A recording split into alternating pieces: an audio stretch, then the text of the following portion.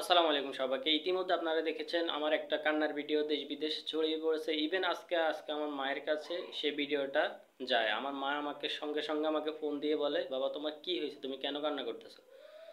তো আমি বিষয়টা ক্লিয়ার করতেছি যে 5ই আগস্ট হচ্ছে বাংলাদেশে একটা স্বাধীনতার দিবস। পুনরায় যখন বাংলাদেশ দ্বিতীয়বার স্বাধীন হয় সেদিন আসলে কান্না করার কোনো সুযোগ নেই। সেদিন হচ্ছে আনন্দ করার সুযোগ, সেদিন হচ্ছে হাসি মুখে থাকার সুযোগ। তো সেদিন আমি কেন কান্না করছি আজকে বিষয়টা ক্লিয়ার করি। তো সেদিন যখন বিজয় মিছিল নিয়ে সবাই বের হয়েছে, তো আমিও পাশাপাশি তাদের সাথে আমিও বের হয়েছি যে বিজয়ের উল্লাসটা দেখবো সবার সাথে। তো আমার একটা স্বপ্নের ক্যামেরা ছিল, যেটি আমি 30,000 টাকা দিয়ে কিনেছিলাম। আমার রক্ত ঘামের যে কষ্টের টাকা দিয়ে আমি সেই ক্যামেরাটা কিনেছিলাম, সেই ক্যামেরাটা কিছু দুষ্কৃতিকারী ব্যক্তিরা আমার সেই ক্যামেরাটা ভেঙে ফেলেছে। আমাকে প্রথমে ওনারা জিজ্ঞেস করছে যে আমি কি সাংবাদিক কিনা। আমি বললাম না, আমি সাংবাদিক কেন হতে যাব, আমি তো সাধারণ মানুষের মতোই ভিডিও করতেছি।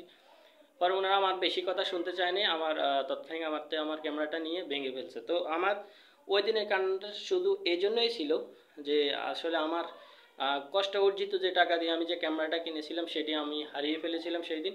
তো আসলে আমি যখন আমার এই কান্নার ভিডিওটা আমি যখন সোশ্যাল মিডিয়াতে দিই, তো সেখানে আমি ভিন্ন একটা ক্যাপশন লিখছিলাম।